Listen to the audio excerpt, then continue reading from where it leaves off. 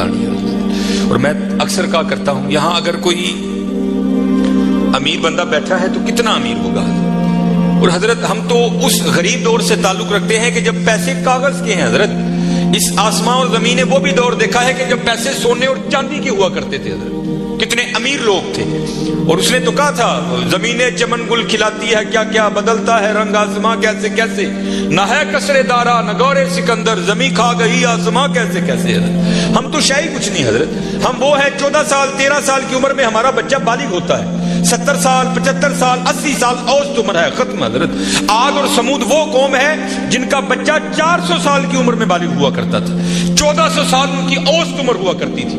زمین پر رہنا وہ اپنی توہین سمجھتے تھے، وہ کہتے ہیں یہ کیڑوں مکوڑوں کا کام ہے زمین پر رہنا، وہ پہاڑ توڑ کر وہاں رہا کرتے تھے حضرت وہاں، لیکن کیا ہوا حضرت، رے وہ بھی نہیں۔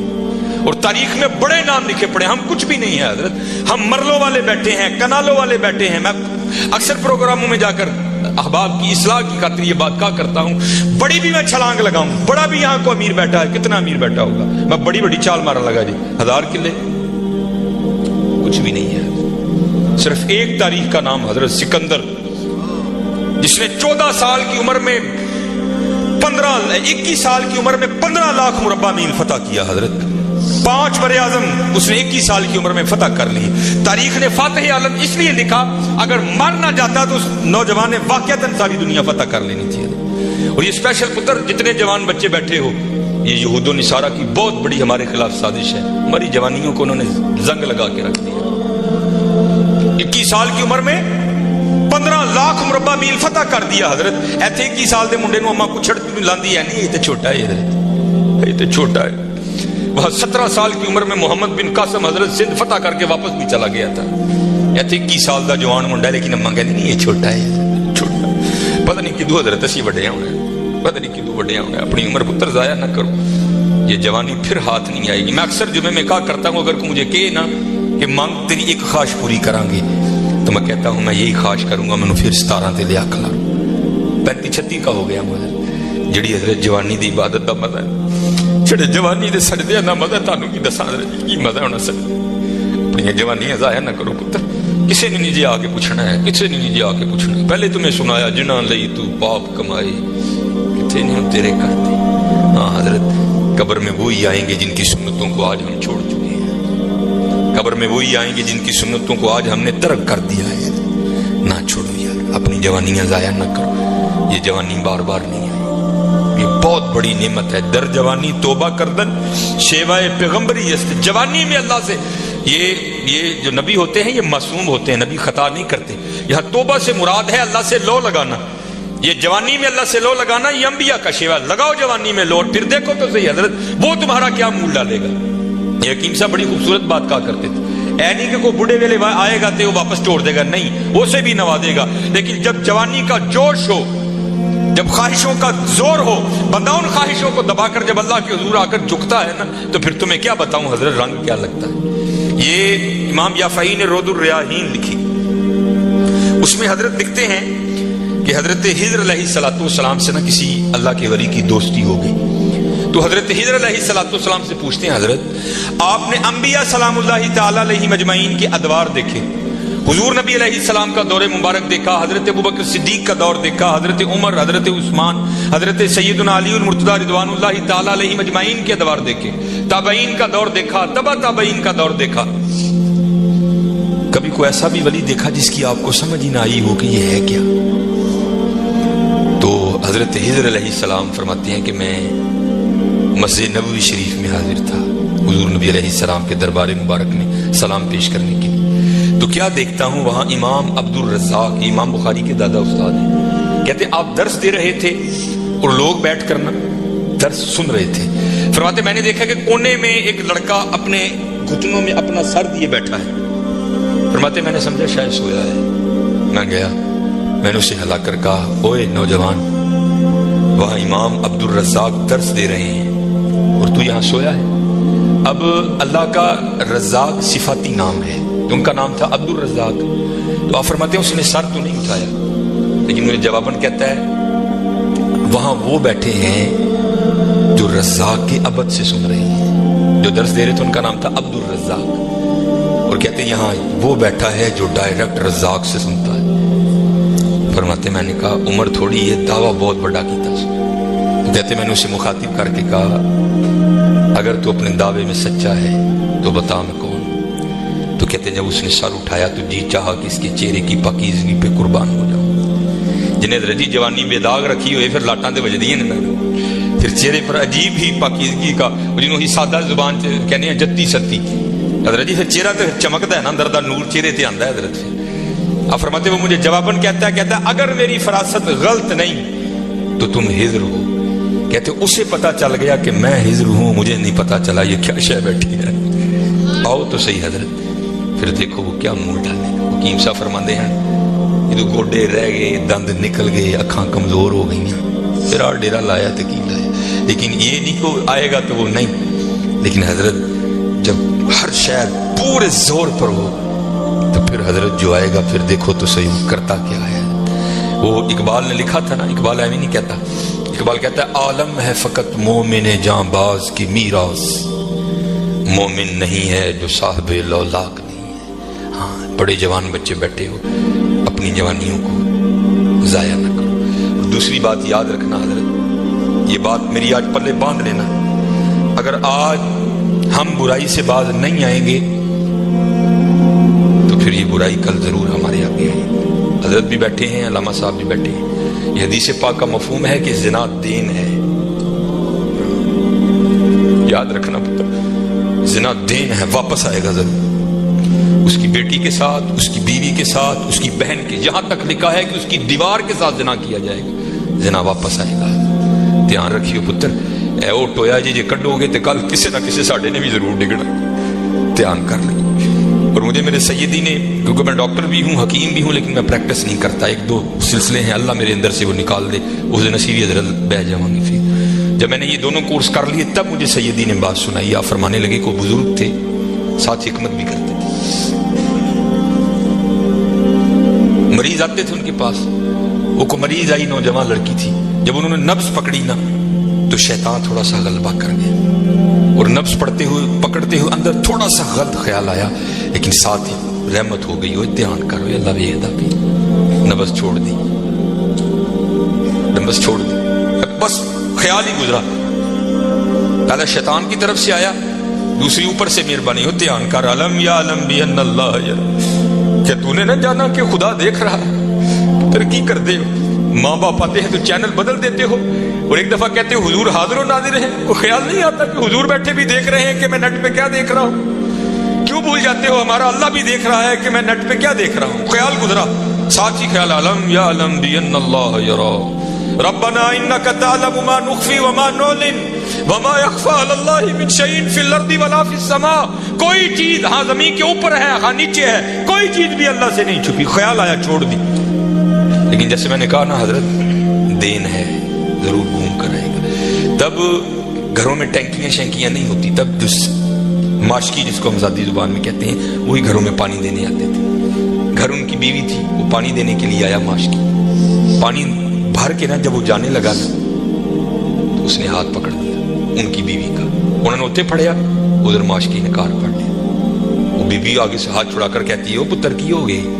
اس کو بھی خیال آیا, وہ روتا ہوا بھاگ گیا. اتنے وہ بھی بہ کے چنگا روئے دے, اکھاں لال کیتیاں, کار مائی بھی بڑا روئی. ساری زندگی لنگ گئی ہے, بڈھے ویلے کی ہویا, انہیں کی ہاتھ پڑ لیا, وہ بھی بڑا روئی ہے. حکیم ہوئی کار آئے تھے, حکیم صاحب دی اکھاں سجی دی, ویکھیا تے کار والی دی اکھاں سجی دی.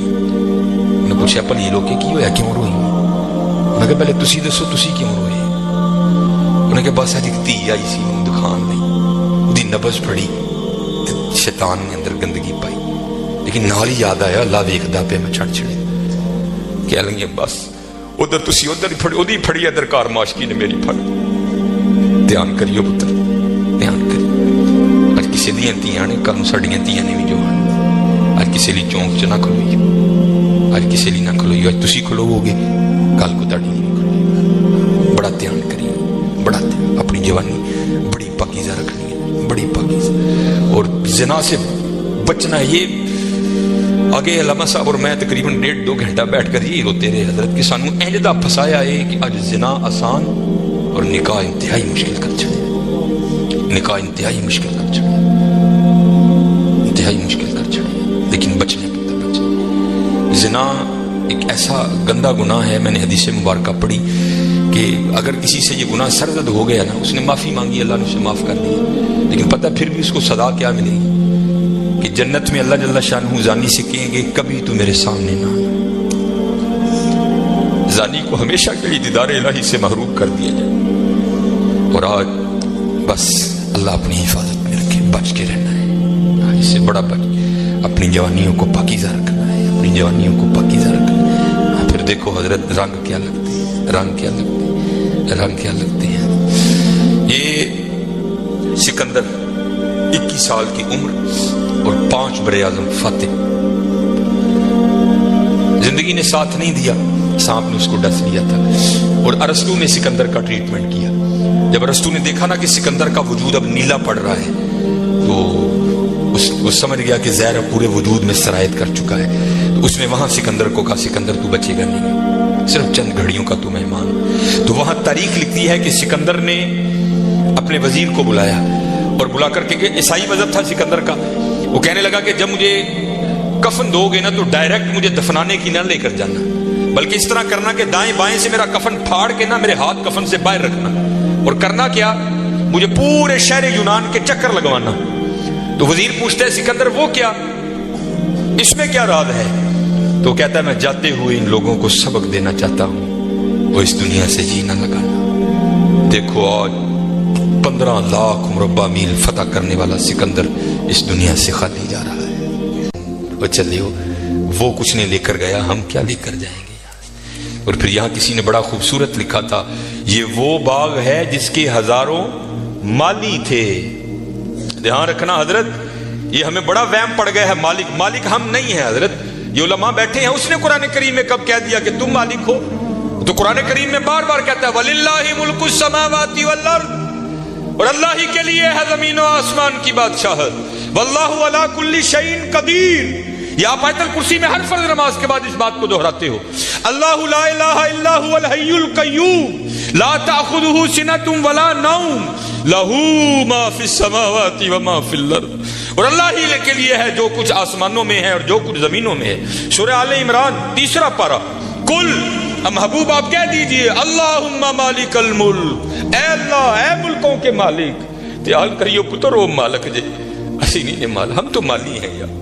اور میں اکثر اپنی مثال دیا کرتا ہوں، جب میں تھوڑا بڑا ہوا نا تو میں نے کیا دیکھا، میرے گھر کے باہر جو پلیٹ لگی تھی نا اس پر لکھا تھا چودھری علم دین، پھر وہ پلیٹ بدل گئی حضرت، دادا ابو کا انتقال ہو گیا، پھر نئی پلیٹ کیا لگی، حاجی محمد بوٹا۔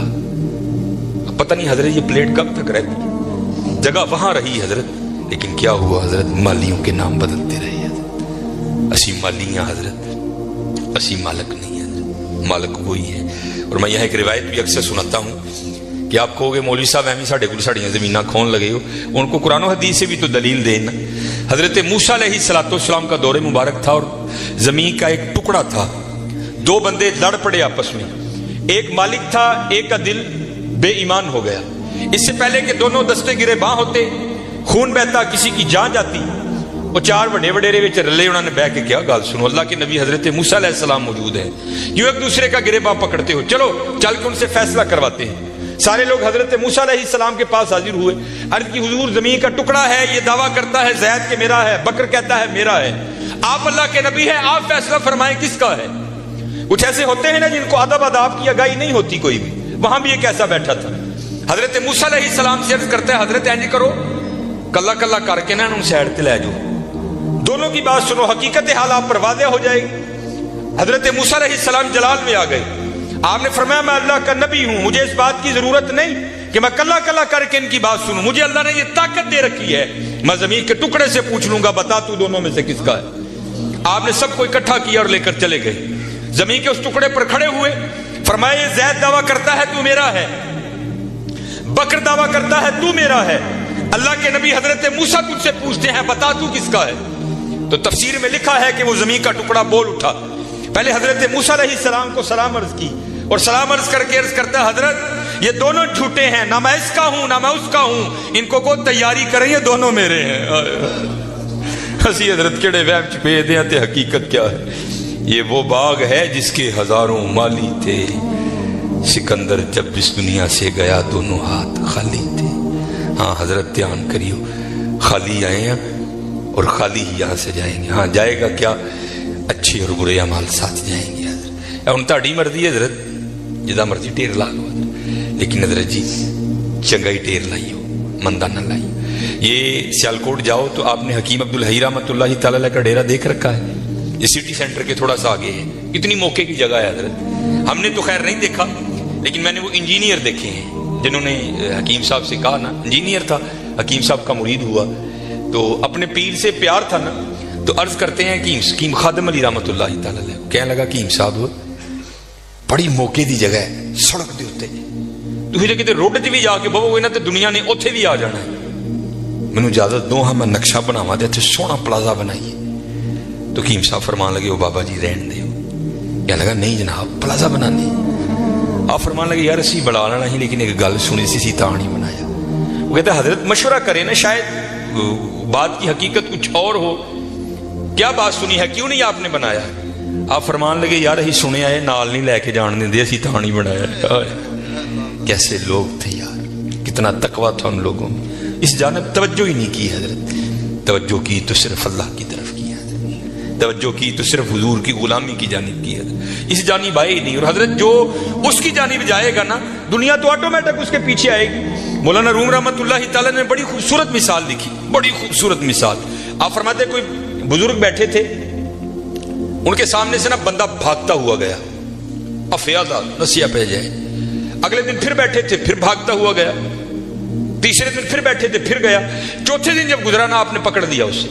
آپ نے فرمایا بھائی یہ تجھے کیا مصیبت پڑی ہے، روز تو اس وقت بھاگتا ہوا نکل جاتا ہے اس جانب۔ عرض کرتا ہے حضور میں اپنا سایہ پھڑن ڈیا تھا۔ آپ نے فرمایا پھر تو ساری زندگی نہیں پکڑ سکے گا۔ اس نے کہا حضور وہ کیوں؟